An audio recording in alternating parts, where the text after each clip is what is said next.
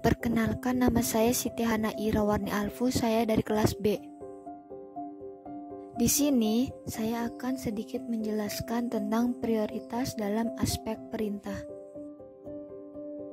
Yang pertama yaitu prioritas perkara pokok atas perkara cabang. Iman adalah perkara pokok. Nah, jika amalan merupakan masalah cabang. Menurut Qardawi bahwa keimanan yang benar itu harus membuahkan amalan. Jadi keimanan dan amalan itu satu sama lain saling berkaitan. Ketika sejauh keimanan yang dimiliki oleh seseorang, maka akan sejauh itu pula amalan perbuatannya.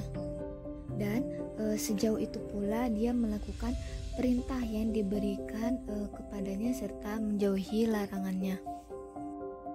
Selanjutnya yaitu nomor 2, yaitu prioritas perkara wajib atas perkara sunnah. Nah, perkara yang termasuk di dalam fardu ini terbagi menjadi 2, yaitu fardu kifayah dan fardu ain.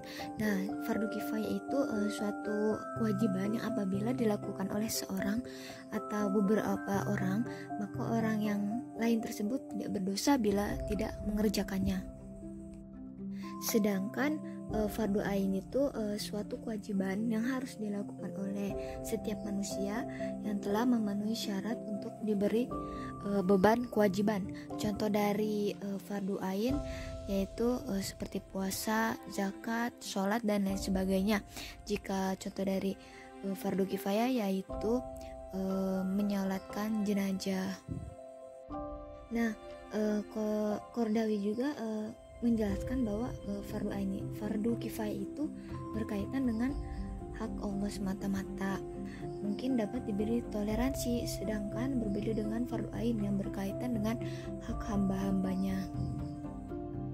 Dan yang terakhir yaitu prioritas fardu ain ketimbang fardu kifayah.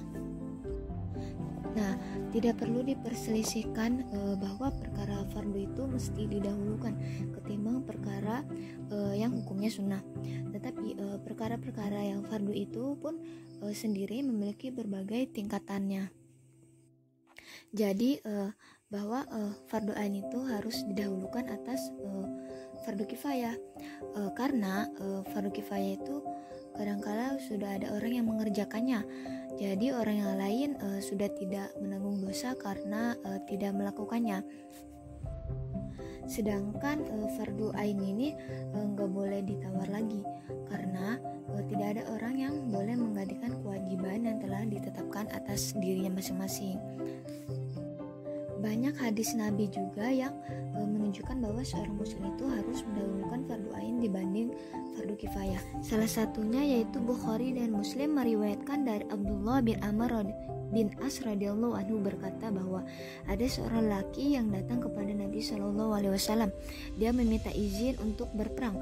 Maka Rasulullah SAW bertanya kepadanya, apakah kedua orang tuamu masih hidup? Dia menjawab ya. Rasulullah SAW bersabda, berjuanglah untuk kepentingan mereka. Hadis riwayat Bukhari dan Muslim.